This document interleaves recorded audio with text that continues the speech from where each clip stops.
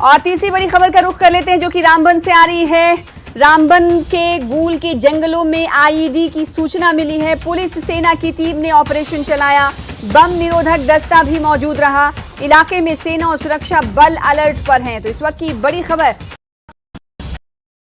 है, गूल के जंगलों में आईईडी की सूचना मिली है और पुलिस और सेना की संयुक्त टीम ने ऑपरेशन चला दिया है। बम निरोधक दस्ता भी मौजूद है। इलाके में सेना और सुरक्षा बल अलर्ट पर बताए जा रहे हैं। तो बड़ी खबर इस वक्त हम आपको दे रहे हैं रामबन से। रामबन के गूल के जंगलों में आईईडी की सूचना मिली है। बम निरोधक दस्ता भी मौके पर मौजूद है। पुलिस और सेना यानी संयुक्त टीम ने ये ऑपरेशन चलाया है। इलाके में सेना और सुरक्षा बल अलर्ट पर हैं, जिसकी तस्वीर हम आपको दिखा रहे हैं। ये ऑपरेशन चल रहा है। टीवी तस्वीरें हैं की सूचना मिली है और इसी सूचना पर संयुक्त ऑपरेशन चल रहा है जिसमें पुलिस और सेना शामिल है। बम निरोधक दस्ता आपको बताते हुए चलें कि वो भी मौजूद है।